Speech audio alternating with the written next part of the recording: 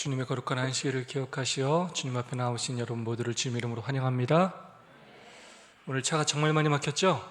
네, 명절이 시작하는 날이다 보니까 더욱더 차가 많이 막혔던 날인 것 같습니다. 교회 오시기 많이 어렵고 불편하셨을 텐데도 불구하고 또 성전으로 발걸음 옮기신 여러분 모두를 다시 한번 주님 이름으로 환영합니다. 여러분, 안식일 많이 기다리셨습니까? 안식일을 성경은 믿음으로 말미암는 의의 표징이다라고 이렇게 말을 합니다. 안식일이 왜 믿음으로 말미암는 의의 표징의 날이냐? 하나님께서 이 안식일을 시간 속에 두셨습니다. 그래서 우리는 때로는 죄가 많아서 하나님 앞에 나올 염치도 없고 또 너무 세상살이에 바빠서 또 이 안식일을 생각하지도 못하고 살아가는데, 하나님께서 이 안식일을 시간 속에 두셔서 우리가 잊고 있어도 우리를 먼저 찾아오시고 우리 주님 앞에 나오지 못하는 죄인들인 우리를 또 시간 속에서 찾아오시면서 우리를 품에 안아주시고 또 당신의 자녀라고 또 인정해 주시면서 우리의 구원을 확신시켜 주시는 날이 바로 안식일입니다. 우리의 모든 인생의 죄짐을 주님 앞에 내려놓으시고 거듭남을 경험하시고 또 재창조함을 경험하시는 이 안식이 되시기를 간절히 소망합니다. 우리 안장로님께서 말씀하셨는데 이 명절 특별히 가족들에게, 믿지 않는 가족들에게 복음을 전하는 그런 기회가 되기를 소망하고요.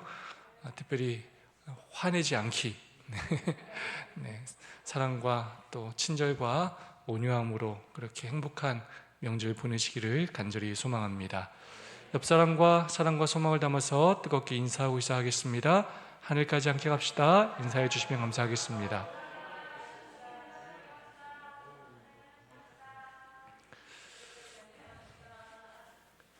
네, 홍은호 집사님 감사합니다. 순서를 맡기면 어려운 상황에서도 늘 그 순서를 감당하기 위해서 최선을 다하시는 모습이 아주 눈에 보입니다. 그 모습이 얼마나 아름답고 또 감사한지 모르겠습니다. 오늘 또 우리 박신덕 집사님, 정복기 집사님, 또 이미호 집사님 내일 식사 준비를 위하여 피곤한 가운데도 오후부터 오셔서 또 식사 준비해 주신 거 감사를 드립니다. TMI 실천해 보세요. 이웃의 이름을 묻고 그를 위해 기도하세요. 우리가 자주 만나는 이웃들이 있긴 하죠. 근데 사실 이름을 모를 때가 많이 있죠. 네, 우리가 기회가 된다면 그분들하고 통속명을 하고 또 이름을 묻고 이름을 불러가면서 그렇게 기도할 수 있으면 좋겠습니다. 그러한 또 시도를 해보면 좋겠습니다. 카톡 친구에게 용기가 되는 성경절을 보내세요. 오늘 정적 집사님께서 저를 만나자마자 디지털 선교사를 신청했다라고 그렇게 보고해 주셨습니다. 참 훌륭한 일이시고요. 꼭 우리가 디지털 선교사가 아니더라도 이 108번의 내용처럼 카톡 친구에게 또 우리 이른 양, 또 우리 지인들, 또 성도들에게 용기가 되는 성경절을 보내주고 또 기도해주고 또 전화를 연락하고 하는 일들을 우리가 꾸준히 할 수 있으면 정말로 좋겠습니다. 마음이 열린 이에게 온라인 찬양을 전달하세요. 이거 아주 중요합니다. 마음이 다친 사람한테 보내면 안 됩니다. 근데 이게 카톡을 계속 일방적으로 보내면 때로 사람들은 이걸 소음으로 생각할 수도 있습니다. 상대방이 그것들을 기쁘게 받아줄 수 있는 마음이 됐을 때 그렇게 상대방의 필요를 파악하시고 공유하실 수 있으면 정말로 좋겠습니다. 11과입니다. 11과 제목 읽어볼까요? 시작. 붙잡히시고 신문 받으심. 여러분, 제목만 읽어도 좀 어떻습니까? 마음이 아파요. 네. 우리가 지금까지 마가복음을 연구했는데 마지막 예수님의 부활을 다루기 전까지는 지금부터 다루는 이 내용이 얼마나 우리의 마음을 아프게 하는지 모릅니다. 예수님께서 죄인들에게, 피조물들에게 붙잡히시고 만왕의 왕이신 예수님께서 죄인들에게 신문받으시고 멸시받으시고 핍박과 죽음을 당하시는 그 내용을 우리가 이제 묵상하게 됩니다. 제11과는 마가복음 14장의 내용을 살펴보게 되겠습니다. 지난번에 말씀드렸던 것처럼 마가복음 11장부터 16장까지는 예수님의 일주일 동안의 마지막 일주일 동안의 그 사역에 초점을 맞추고 있고요. 특별히 14장부터 16장까지는 예수님의 고난과 죽음 그리고 부활에 초점을 맞추고 있습니다. 격실 말씀 다 함께 한번 읽어볼까요? 이르시되 시작.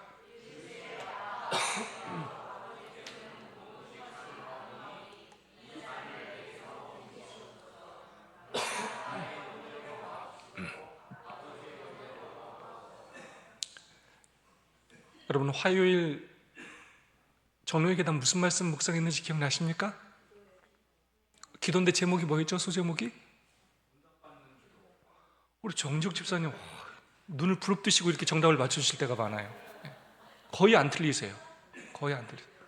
응답받는 기도의 조건. 네, 조건. 기억나시는 거 뭐가 있죠? 도움의 필요를 느껴야 돼, 처음에. 그 다음에 또 뭐였습니까? 구해야 돼. 하나님이 다 알고 계심에도 불구하고 뭐 해야 합니까? 구해야 돼. 또 뭐였어요?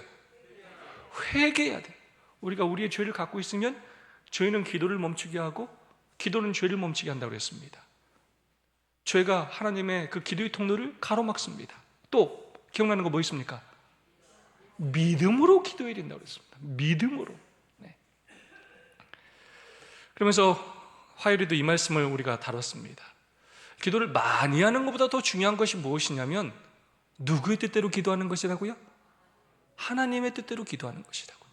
기도는 단순히 어떤 결과물을 얻어내기 위한 도구로서 사용되는 것이 아니라 하나님의 마음을 알아가는 단계예요. 하나님과 마음이 통하고 그분의 뜻을 알아가고 그분을 닮아가는 과정입니다.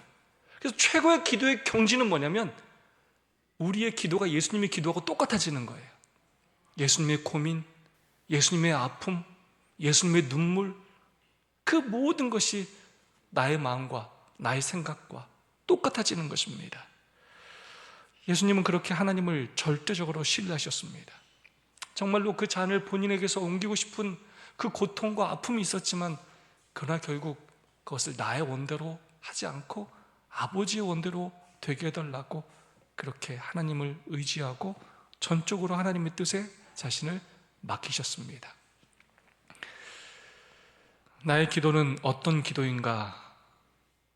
늘 하나님의 뜻에 관심 없이 내가 원하는 것을 이루기 위한 기도를 하고 있지는 않은지 우리의 기도를 돌아보고 다시 한번 예수님의 기도와 함께 예수님의 마지막 사역들을 깊이 묵상하는 우리 모두가 되었으면 좋겠습니다. 마가복음 14장부터 16장은 예수님의 고난과 죽음, 부활을 묘사하는 순환 이야기입니다. 많은 부분을 이렇게 이 마지막에 다루고 있습니다. 잘 아시는 것처럼 예수님은 금요일에 돌아가시고 일요일에 부활하셨습니다. 특별히 마가복음 14장에는 5번째, 6번째 샌드위치 구조, 마가복음의 특별한 문학적 구조인 샌드위치 구조가 2번 그렇게 기록되어 있습니다. 역사적 반전을 통해서 성경에서 말하고자 하는 그런 진실들을 우리에게 알려주고 있습니다. 이를 써줍니다. 기억해야 할 사랑, 마가복음 14장 3절, 8절, 9절만 읽어보겠습니다. 예수께서 베다니 문둥이 시몬의 집에서 식사하실 때에 한 여자가 매우 값진 향유 곧 순전한 나드 한 옥합을 가지고 와서 그 옥합을 깨뜨리고 예수의 머리에 부으니 저가 힘을 다하여 내 몸에 향유를 부어 내 장사를 미리 준비하였느니라. 내가 진실로 너희에게 이르노니 온 천하에 어디서든지 복음이 전파되는 곳에서 이 여자의 행한 일도 말하여 저를 기념하리라 하시니라. 네, 6월절 이틀 전에 있었던 사건입니다. 화요일 밤이나 수요일의 사건이었을 것입니다. 예수님께 귀중한 값진 향유 옥합을 드린 여인의 이야기입니다. 그 옥합을 깨뜨리고 예수의 머리에 또 발에 부었습니다. 많은 사람들이 가룟자들을 비롯하여 많은 사람들이 비난했죠. 어찌 이 비싼 걸 허비하느냐라고 비난하였지만 예수님께서는 이 여인을 칭찬하셨고 저가 힘을 다하여 내 몸에 향유를 부어 내 장사를 미리 준비하였느니라 라고 칭찬하셨고 예수님의 마음속에 정말로 이 여인에 대한 고마운 마음을 가지셨습니다. 내가 진실로 너에게 이르노니 온 천하에 어디서든지 복음이 전파되는 곳에는 이 여자의 행한 일도 말하여 저를 기념하리라 말씀하셨습니다. 그렇게 하면서 두 사람이 대비가 됩니다. 바로 예수님께 귀한 옥합을 드린 여인과 그것을 아까워하면서 허비한다고 말하면서 예수님을 팔아버린 그 유다가 대조가 또 비교가 되고 있습니다. 마가복음의 5번째 샌드위치 구조가 등장합니다. A 이야기는 대제사장과 서기관들이 예수님을 죽일 음모를 꾸밉니다. 그때 B 이야기에 한 여인이 향유를 준비하여 예수님의 머리와 발에 붓는 사건이 등장합니다. 그리고 다시 A 이야기가 등장하는데 그 대제사장과 서기관들과 연합하여 예수님을 배신하는 그 가롯 유다의 이야기가 등장하고 그가 은 30에 예수님을 파는 사건이 등장하게 됩니다. 그래서 어떻게든 예수님을 죽이기 위하여 아주 노력하고 열심을 냈던 그들, 그리고 반대로 정말로 예수님을 위하여 자신의 그 귀한 것들을 아낌없이 내놓았던 그 여인, 두 대상을 비교하고 있습니다. 은 30, 은 30이 얼마인지 한번 살펴볼까요? 지난주에 여러분 배웠었죠? 렙돈이 얼마였습니까? 네, 15만 원. 만약에 데나리온 하루 노동자 일당을 15만 원이라고 할 때 렙돈은 1200원 정도고요. 고드란토는 2렙돈입니다. 2400원. 아사리오는 9300원. 문화는 비쌉니다. 1500만 원. 달란트가 대박이죠? 한 달란트가 얼마라고요? 9억입니다. 여러분 5달란트면 얼마입니까 도대체? 45억이에요. 45억. 예수님께서 최소한 우리한테 얼마나 주셨다고요? 9억. 못 받은 사람이 9억. 자, 대조되는 행동들이 나옵니다. 여인은 그 옥합이 얼마쯤 된다고요? 300데나리온. 한 데나리온이 15만 원이라고 할 때 여러분 그게 옥합이 얼마라고요? 4,500만 원. 좀 인간적으로 생각하면 한 번 이렇게 불 때는 좀 아깝다고 생각할지도 모르겠어요. 예수님께서 뭐라고 그랬냐면 이 여인의 이 일을 좋은 소식이라고 말씀하셨어요. 복음이 전파되는 곳에서는 이 이야기가 다 전해져야 된다고 말씀하셨어요. 가룟 유다, 예수님을 얼마에 팔았다고요? 30. 가룟 유다가 볼 때 예수님은 300데나리온을 투자하기엔 너무 아까워요. 아까워. 그래서 그가 예수님을 얼마에 팔았다고요? 은 30.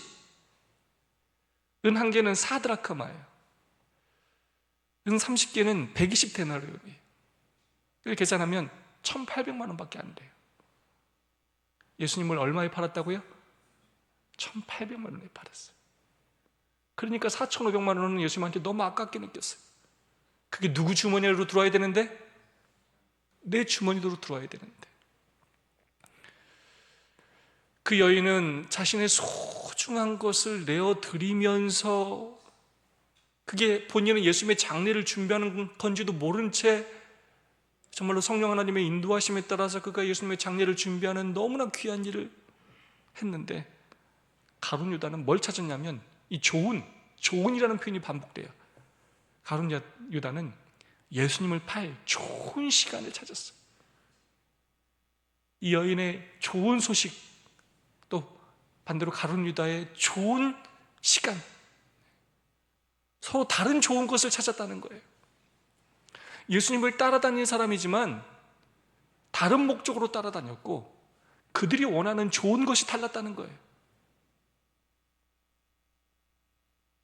우리는 누구와 가까운 신앙을 하고 있습니까? 우린 교회 와서 뭘 하는 게 좋습니까? 늘 대접받고 사랑받고 인정받는 게 좋습니까? 아니면 보이지 않는 곳에서 섬기고 희생하고 헌신하는 것이 좋으십니까? 예수님을 위하여, 교회를 위하여 내가 헌신하는 것이 기쁘십니까? 아니면 내가 뭔가를 얻어가고 유익이 되는 걸, 여러분 그걸 더 기뻐하십니까? 두 부류의 여인들이 있습니다. 갈릴리에서 온 여인들이 돌아가 향품과 향유를 예비하더라. 향유를 예비한 또 한 부류의 여인들이 있어요. 예수님이 돌아가시고 향품과 향유를 예비했어요.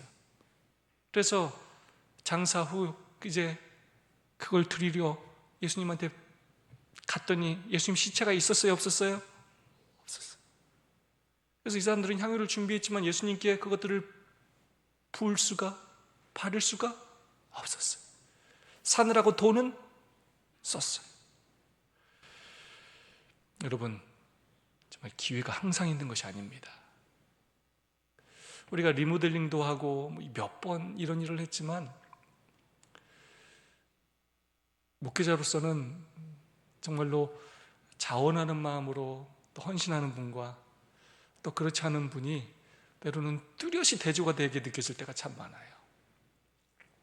때로는 정말로 우리 교회를 방문했던 손님들도 정말로 은혜와 감동을 받아서 헌신하는 때가 있고, 우리 성도님들이어도 또 마음이 변하지 않고 닫혀있는 경우들도 또 있어요. 살아가면서 하나님께서 여러분에게 무엇인가를 헌신하라고 하는 기회가 생각보다 많지 않을 수 있어요. 그런 기회가 있을 때 여러분 꼭 헌신하시기 바랍니다.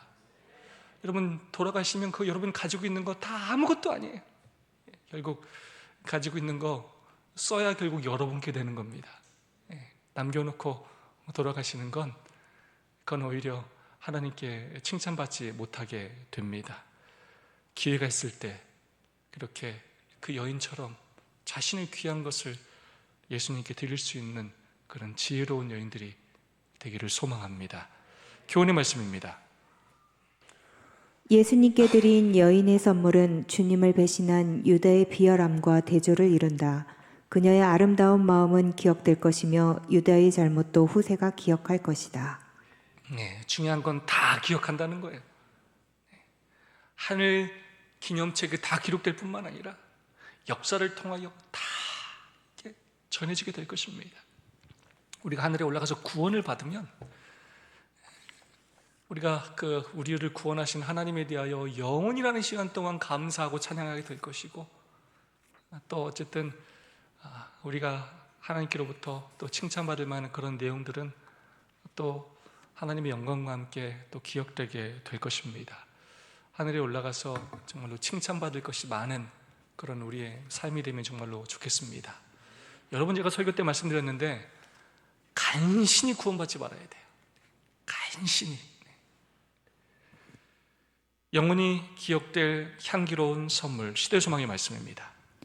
복음이 전파되는 어느 곳에서든지 마리아의 선물은 그 향기를 발할 것이며 그의 꾸밈없는 행동을 통하여 심령들이 축복을 받을 것이다. 나라들은 일어나고 또 넘어질 것이며 군주들과 정복자들의 이름은 잊혀진 바 될 것이나 이 여인의 행동은 거룩한 역사의 페이지에서 영원히 없어지지 않을 것이다. 시간이 끝나는 날까지 그 깨어진 옥합은 타락한 인류에 대한 하나님의 큰 사랑의 이야기를 말해줄 것이다. 두랩돈을 들은 여인의 이야기와 마찬가지로 영원히 없어지지 않을 거라는 거예요. 역사의 페이지에서 영원히 없어지지 않을 거예요. 시간이 끝나는 날 있어요, 없어요? 시간이 끝나는 날이 있어요, 없어요? 이 땅에서는 끝나는 것처럼 보이지만 저 하늘에서는 영원해요. 영원히 이 여인의 이 헌신이 기억된다는 것입니다. 왜냐하면 예수님께서 이 땅에 오셔가지고 이제 이제 십자가의 달로 돌아가시는데 예수님의 이 장례를 위하여 살았을 때 예수님을 위해서 준비했던 사람이 누구밖에 없어요? 이 여인밖에 없어요. 온 인류를 위하여 이 땅에 왔는데 그 제사장과 서기관들은 예수님의 제자들까지도 다 뭐 하려고 그랬고 예수님을요? 잡아 죽이려고 그랬고. 여러분, 이 여인이 왜 이렇게까지 했을까요? 왜 그랬어요, 이 여인이요? 갚습니까? 왜 그래요? 진짜 예수님을 사랑하고 예수님이 너무 감사했어요. 그래서 그게 하나도 아깝지 않았어요. 누가 시켜서 한 것도 아니고 억지로 한 것도 아니고 더 드리지 못해서 죄송했어요. 이 두 부류의 사람이 있어요. 조금 하고도 많이 했다고 생각하는 사람이 있고 많이 하고도 적게 했다고 생각하는 사람이 있어요. 그 조그만 거 갖고 엄청 생색내고 막 대단한 일을 한 것처럼 하는 사람이 있고 아무리 많은 헌신을 해도 나는 한 게 없다라고 얘기하는 사람이 있어요. 이 여인은 그랬어요. 반대로 유다는 너무나 그걸 허비한다고 그랬어요. 아깝다고. 예수님께 요만큼 드리는 것도 아까웠어요. 월요소입니다. 마지막 만찬 마가복음 14장 22절로 25절의 말씀입니다. 저희가 먹을 때 예수께서 떡을 가지사 축복하시고 떼어 제자들에게 주시며 가라사대 받으라 이것이 내 몸이니라 하시고 또 잔을 가지사 살해하시고 저희에게 주시니 다 이를 마심에 가라사대 이것은 많은 사람을 위하여 흘리는 바 나의 피 곧 언약의 피니라. 진실로 너희에게 이르노니 내가 포도나무에서 난 것을 하나님 나라에서 새 것으로 마시는 날까지 다시 마시지 아니하리라 하시니라. 네, 목요일 저녁에 있었던 다락방에 있었던 마지막 만찬에 대한 이야기입니다. 떡 그리고 잔, 여러분 어떤 사건을 지금 기억하여 지금 행하고 있는 것입니까? 네, 출애굽 사건에 대한 그런 모티브를 통한 6월절 사건입니다. 특별히 출애굽기 24장 8절은 나의 피 곧 언약의 피라고 말씀하시면서 출애굽 사건을 통해서 그들이 기념하고 있는 그 6월절에 대해서 말하고 있고 그 6월절 어린 양을 통하여 그들이 구원을 얻었는데 이제 그 어린 양이 누구시라는 것을 말하고 있습니까? 바로 예수 그리스도이심을 그렇게 말씀해 주고 있고 이제 6월절을 대체한 새로운 예식을 제정하시는 그 부분을 강조하고 계십니다. 이 떡을 함께 먹을 때 여러분 누구도 있었어요? 가룟 유다도 있었어요. 예수님은 베드로가 부인할 것도 다 아셨고 가룟 유다가 예수님 팔아 넘길 것도 다 아셨어요. 근데 중요한 건 예수님께서 그들에게도 당신의 떡과 당신의 집을 나눠주셨다는 거예요. 여전히 가룟 유다를 사랑하셨고 그가 구원받기를 원하셨다는 것입니다. 목요일 저녁에 이루어진 이 마지막 만찬에서 예수님은 새로운 기념 예식을 세우신다. 이는 유대인의 유월절 예식에서 유래된 것으로 이스라엘이 이집트를 떠나 시내산에서 하나님의 언약 백성이 되는 것과 직접 연결되어 있다. 출애굽기 24장 8절에서 모세는 언약을 체결할 때 백성에게 희생 제물의 피를 뿌리라고 말한다. 이는 여호와께서 이 모든 말씀에 대하여 너희와 세우신 언약의 피니라. 네, 굉장히 중요한 표현이 뭐냐면 결국 언약이라는 뜻입니다. 언약. 유월절이 언약이에요. 내가 너희를 구원한다라는 그 약속. 마찬가지로 성만찬은 뭘 우리에게 가르쳐준다고요? 구원의 약속입니다. 약속. 내가 너희를 구원할 것이다. 내가 너희를 십자가에서 구원했고 그리고 너희의 삶 가운데 내가 너희를 구원할 것이고 그리고 재림의 날 내가 마침내 와가지고 너희를 죄로부터 완전히 구원할 것이라는 약속입니다. 그래서 이 성만찬 예식은 과거를 바라보게 하고 십자가를 바라보게 하고 현재의 구원을 경험하게 하고 또 미래의 구원을 확증하게 하는 그 일을 하는 것입니다. 안식일의 의미와 아주 일치합니다.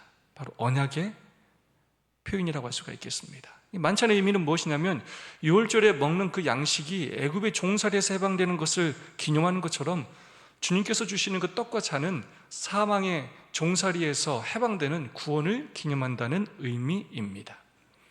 그러면서 슬픈 예언 두 가지를 하십니다. 그 후에 제자들이 다 흩어질 것을 그렇게 예고하시고요. 그래서 예수님의 그 말씀처럼 제자들이 다 예수님을 버리고 도망을 합니다.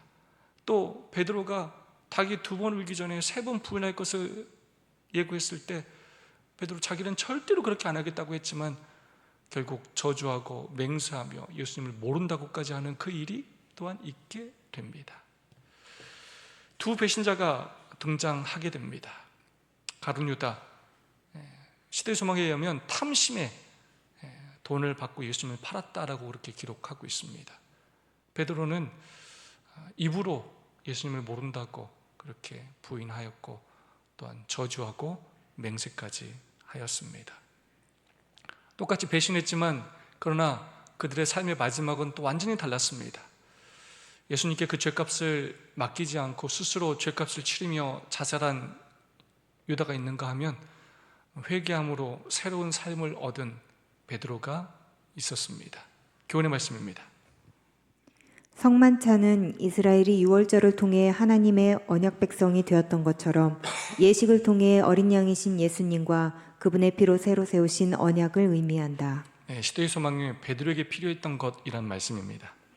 구주께서는 그리스도에 대한 그의 사랑까지라도 억눌러 버릴 이기주의와 철면피함이 베드로에게 있는 것을 보셨다. 많은 결점, 억제하지 못하는 죄, 주의성 없는 정신, 성화되지 못한 성질, 시험에 뛰어드는 부주의함 등이 그의 생애 가운데 나타났다. 그리스도의 엄숙한 경고는 마음을 살피라는 일종의 요구이었다. 베드로는 자신을 믿기보다는 그리스도께 대한 더욱 깊은 믿음을 가질 필요가 있었다. 다른 사람은 다 떠나도 나는 떠나지 않겠다고 그렇게 아주 호언장담했던 베드로, 결국 누구를 더 믿었다고요?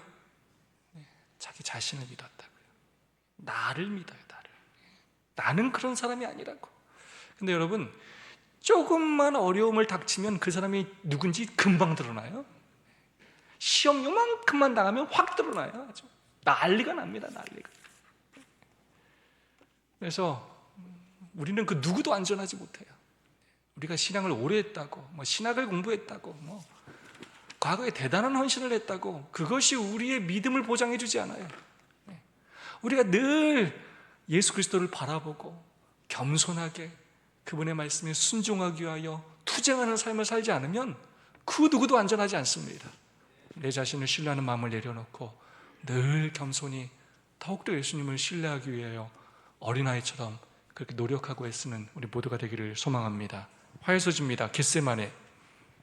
저희가 겟세마나라 하는 곳의 이름에 예수께서 제자들에게 이르시되 나의 기도할 동안에 너희는 여기에 앉았으라 하시고 가라사대 아바 아버지여 아버지께 모든 것이 가능하오니 이 잔을 내게서 옮기시옵소서.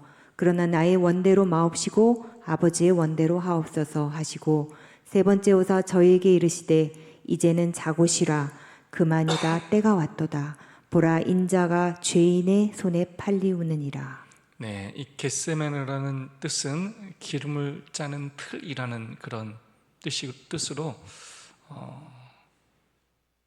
감람산 기슭에 있는 동산이었습니다. 예수님께서 제자들과 유월절 식사를 마치시고 기드론 계곡을 건너서 감람산으로 겟세마네 동산으로 향하셨고 그때 누굴 데려갔습니까? 제자들을 데려가셨고 그 중에서 또 3명의 제자를 데리고 더 깊숙한 곳으로 들어가셨고 그리고 또 예수님은 더 깊이 들어가셔서 기도하셨습니다. 베드로, 야고보, 요한과 함께 더 들어가셨지만 마침내 이 사람들까지도 남겨두고 예수님은 혼자 멀리 가셔서 피와 땀, 눈물을 흘리며 예수님은 기도하셨습니다. 이러한 공간의 분리는 예수님께 다가오는 고난을 그렇게 우리에게 보여주고 있고 마침내 결국 혼자가 되시는 그 모습을 보여주고 있습니다. 예수님께서 겟세마네에서 정말로 힘들어하셨던 이유는 무엇입니까, 여러분? 왜 힘들어하셨죠? 바로 이 하나님과의 분리. 지금 제자들도 다 떠나가고 예수님이 혼자가 되는데 이제 이건 예수님이 신성을 가지셨기 때문에 하나님과 분리되는 경험을 해본 적이 없는데 이제 그 하나님과 분리되는 그 고통, 또 인간들의 모든 죄짐을 지는 그 죄의 무거움과 아픔들, 그것을 예수님은 너무나 고통스러우셨습니다. 시온산 마가의 다락방에서 감람산에 있는 겟세마네까지 가는 길은 보통 3가지가 있다고 합니다. 이쪽 마가의 다락방에서 첫 번째는 이 성벽을 따라서 가는 방법이 있고, 두 번째는 성 안으로 들어가서, 맨 위입니다. 파란색 성 안으로 들어가서 황금문으로 가는 방법이 있고, 세 번째 이 마가의 다락방에서 흰색 길입니다. 베드로 기념교회로 가서 그 밑에 기드론 골짜기를 통해서 감람산으로 가는 길입니다. 많은 성경학자들은 예수님께서 이 세 번째 길을 통하여 가셨을 것이라고 그렇게 이야기합니다. 아까 말했던 것처럼 겟세마네는 기름 짜는 틀입니다. 근데 이사야서에서는 뭐라고 말하고 있느냐? 만민 가운데 나와 함께한 자가 없이 내가 홀로 포도즙 틀을 밟았는데. 네, 오타가 있습니다. 여러분, 이렇게 기름을 짜려면 어떻게 해야 돼요? 밟고 짜고 비틀고 하는 사람도 있는데, 만약에 우리가 그 대상이라고 한번 생각해 보셔요, 여러분. 예수님께서 겟세마네에서 홀로 포도즙 틀을 밟으셨는데 얼마나 고통스러우셨는지를 우리에게 말하고 있습니다. 시대소망은 이렇게 말하고 있습니다.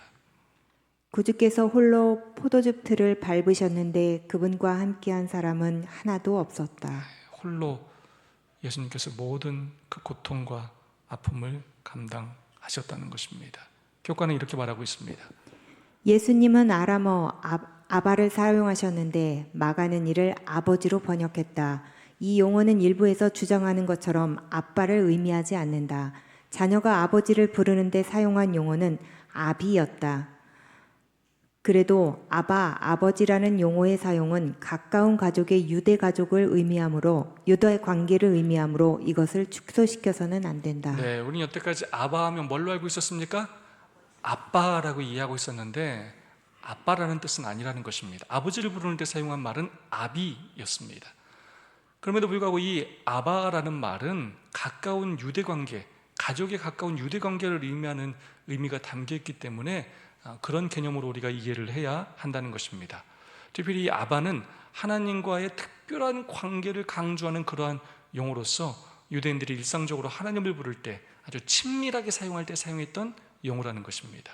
단순한 아버지라는 의미를 넘어서서 신앙이 깊은 친밀감과 애정을 나타낼 때 사용하는 표현이었다는 것입니다.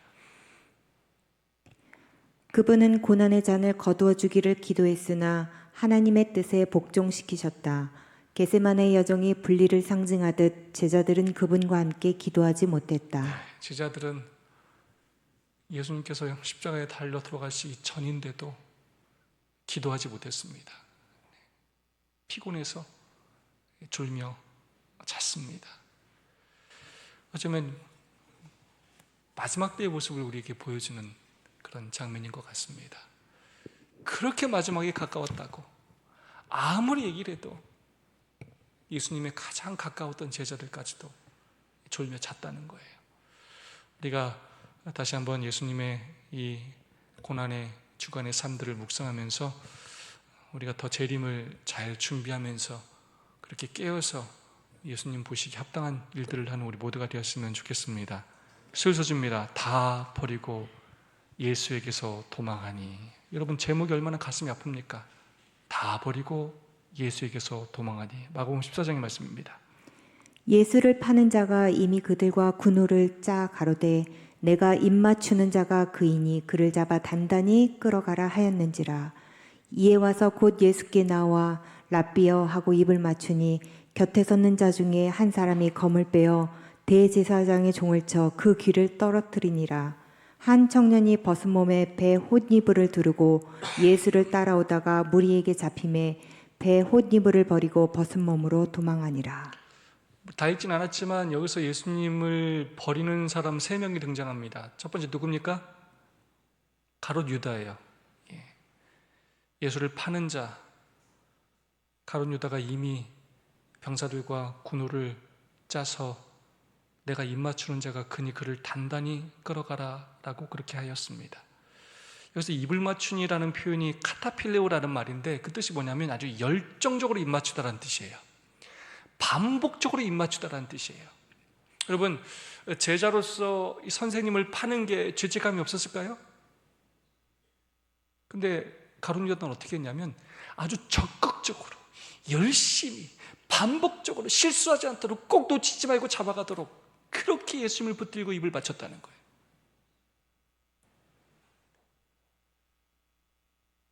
죄책감을 갖고 한 게 아니에요.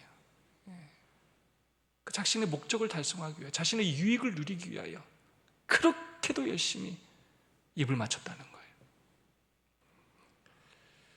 그런 유다를 예수님은 뭐라고 그랬냐면 친구여라고 말씀하셨어요. 끝까지 그의 구원을 포기하지 않으셨습니다. 또 두 번째, 대제사장의 그 종 말고의 귀를 잘랐던 사람은 누굽니까? 베드로예요. 네. 그가 그 겟세마네에서는 아주 그냥 예수님을 위해서 목숨을 바칠 것처럼 했다가 결국 어떻게 했어요?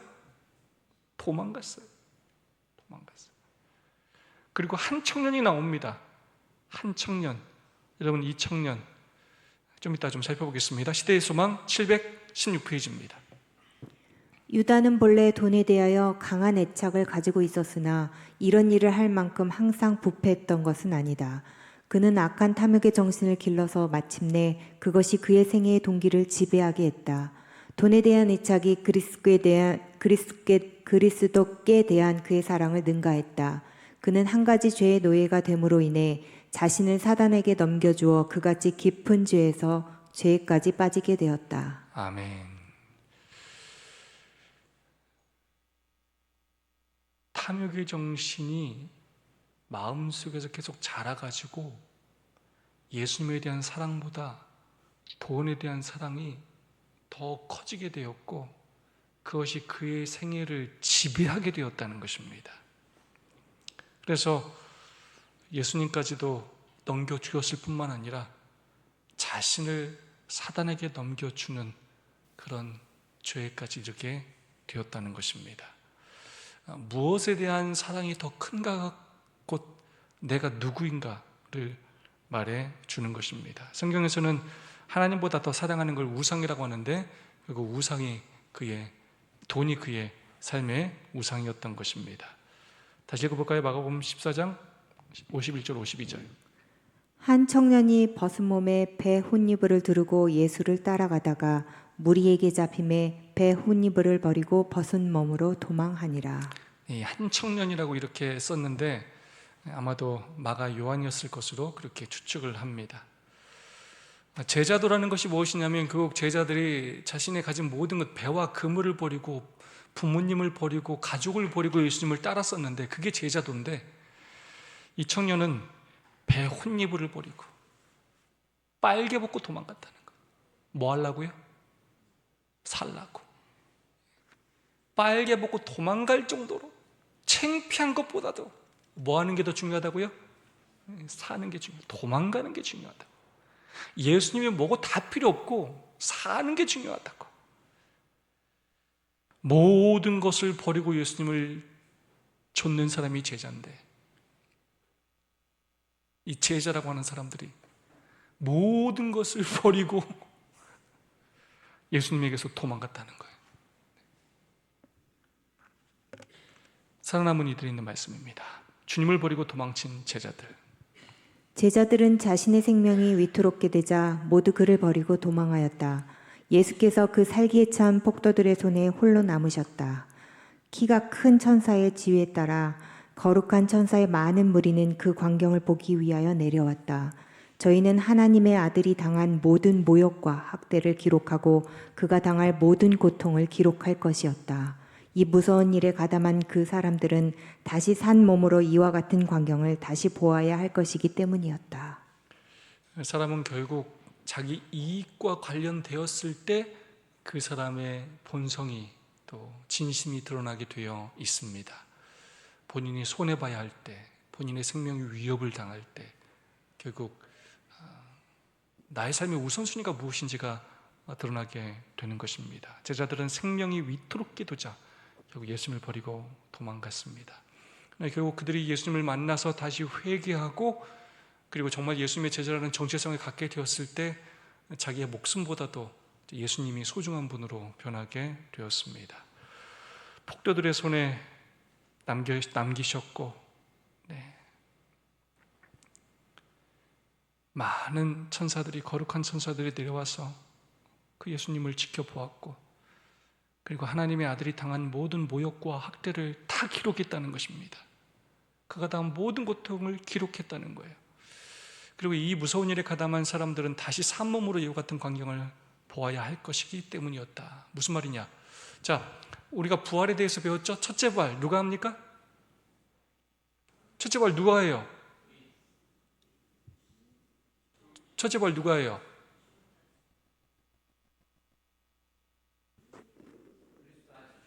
그리스도 안에서 죽은 자들이 첫째 부활에 참여합니다. 재림 때 있게 됩니다.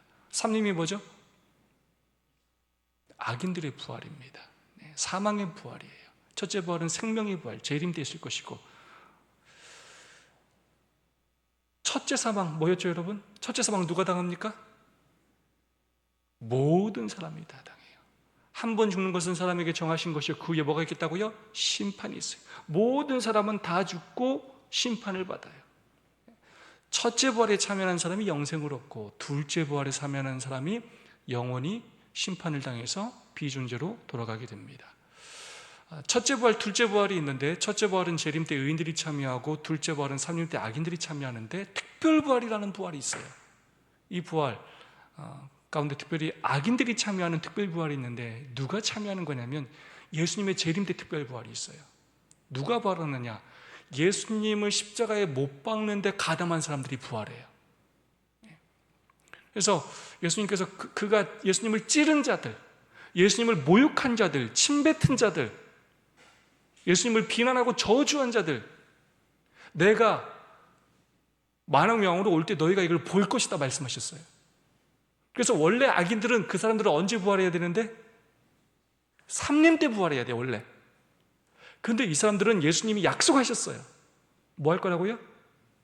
내가 재림의 날 오는 걸 니네가 뭐 할 거라고요? 볼 거라고요. 볼 거라고요. 그 사람들은 이미 한 번 죽어서 첫째 사망을 당했어요. 그런데 특별 부활 때 부활을 해요. 다 기록되어 있어요. 누구누구 다 이제 부활할지. 그래서 예수님이 오시는 거 의인들과 함께 다 봐요. 그리고 또 죽어요. 그건 진짜 죽음이 아니에요. 또 심판 대기예요. 그리고 진짜 심판은 언제 받아요? 삼림 때 부활하여서 영원히 불에 타서 비존재로 돌아가게 되는 것입니다. 교훈의 말씀입니다. 메시아를 없애려는 인간의 뜻을 통해서 순한 이야기가 진행되지만 이를 통해 하나님의 뜻이 성취되고 있었다. 하지만 제자들은 예수를 버리고 모두 떠나갔다. 예, 결국 예수님께서 혼자 되시고 십자가에 달려 들어가시는 그 모든 예언이 이루어지는 과정이지만, 그 과정을 겪었던 예수님은 얼마나 아프고 또 힘이 드셨을까요? 목요서집니다. 너는 누구냐? 잠잠하고 아무 대답도 아니하시거늘 대제사장이 다시 물어 가로되 내가 찬송받을 자의 아들 그리스도냐? 예수께서 이르시되 내가 그니라. 인자가 권능자의 우편에 앉은 것과 하늘 구름을 타고 오는 것을 너희가 보리라 하시니, 혹은 그에게 침을 뱉으며 그의 얼굴을 가리우고 주먹으로 치며 가로되 선지자 노릇을 하라 하고 하속들은 손바닥으로 치더라. 닭이 곧 두 번째 울더라. 이에 베드로가 예수께서 자기에게 하신 말씀 곧 닭이 두 번 울기 전에 내가 세 번 나를 부인하리라 하심이 기억되어 생각하고 울었더라. 네, 마가복음 14장 53절부터 59절은 예수님께서 산헤드린으로 끌려가셔서 신문 받으시는 그 첫 장면을 묘사하고 있습니다. 예수님 정말 아무런 죄가 없었지만 어떻게든지 예수님을 그 죄인으로 몰아가서 사형시키기 위하여 그들이 얼마나 노력했는지 모릅니다. 거짓 증인을 세우기도 하고 예수님을 때리기도 하고 침을 뱉기도 하고, 대제사장이 직접 나서서 예수님을 신문하지만 예수님은 아무런 반응도 하지 않으셨습니다. 이에 대제사장은 예수님을 하나님 앞에 맹세하게 하고 그분이 메시아이신지를 직접 질문합니다. 그때 예수님께서 뭐라고 하십니까? 내가 그니라 라고 말씀하셨습니다. 그러면서 뭐라고 말씀하셨냐면, 인자가 권능자의 우편에 앉은 것과 하늘 구름을 타고 오는 것을 너희가 보리라. 바로 이 말씀이에요. 이때 이렇게 예수님을 십자가에 못 박혀 죽게 한 일에 가담한 사람들이 다 뭐 할 거라고요? 예수님께서 오시는 걸요? 볼 거예요. 뭘 본다고요? 어떻게 오신다고요? 구름 타고 오셔요. 근데 누구 옆에 앉아요? 하나님 보좌 우편에 앉으셔. 구름을 타고 오는 것을 보겠단 말씀이에요. 왜 자꾸 구름을 강조하시느냐? 사단이 뭘 강조했냐면, 하나님과 자신을 동급으로 여길 때 뭘 강조했냐면, 가장 높은 구름에 올라 지극히 높은 자와 비길이라라고들 강조했어요. 그래서 이 구름에 앉는다는 표현이 뭐냐면, 하나님과 동등등 위치에 있다는 것을 강조하는 표현이에요. 그러나 하나님 우편에 앉아 구름을 타는 존재는 사탄이 아니라 누구라고요?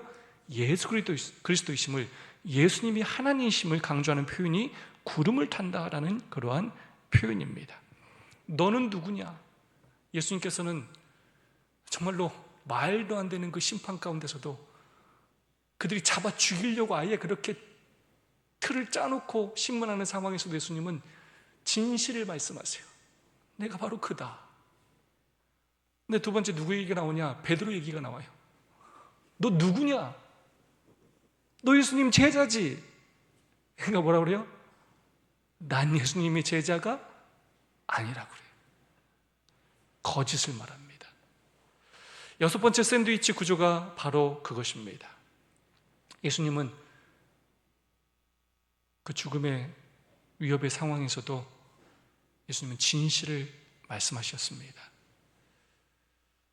반대로 베드로는 목숨이 두려워 그가 그렇게 예수님한테 맹세했음에도 불구하고 나는 예수님의 제자가 아니라고 예수님을 부인했습니다.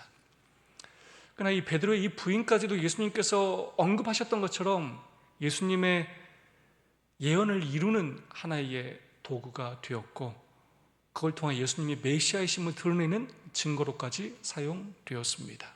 교훈의 말씀입니다.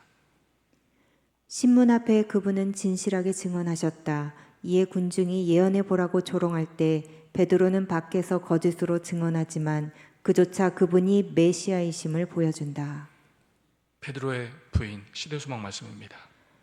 베드로는 놀라고 당황했으며 군중들의 눈은 곧 그에게 쏠렸다. 베드로는 그 여인의 말을 못 들은 채 하였으나 그 여인은 굴하지 않고 그의 주위에 있는 사람들에게 이 사람이 예수님과 함께 있었다고 말했다. 베드로는 대답하지 않을 수 없음을 알고 화를 내며 이 여자여 내가 저를 알지 못하노라고 말하였다. 이것은 그의 첫 번째 부인이었고 곧 닭이 울었다. 오 베드로여 그렇게 빨리 그대의 주님을 부끄러워하다니, 그렇게 빨리 그대의 주님을 부인하다니. 빨리 그렇게 빨리 베드로가 부인할 거라고는 베드로도 생각도 못했습니다. 한 번 부인한 다음에 두 번째 부인도 얼마나 빨리 그 속도가 또 당겨졌는지 모릅니다. 한 번 죄를 지면 그 다음 죄를 짓는 건 굉장히 쉬워지고 또 대담해지게 되어 있습니다. 금요일 소지의 말씀입니다.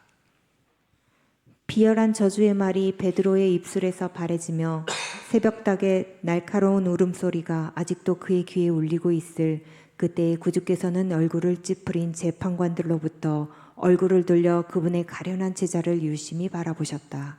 동시에 베드로의 시선도 주님을 향했다.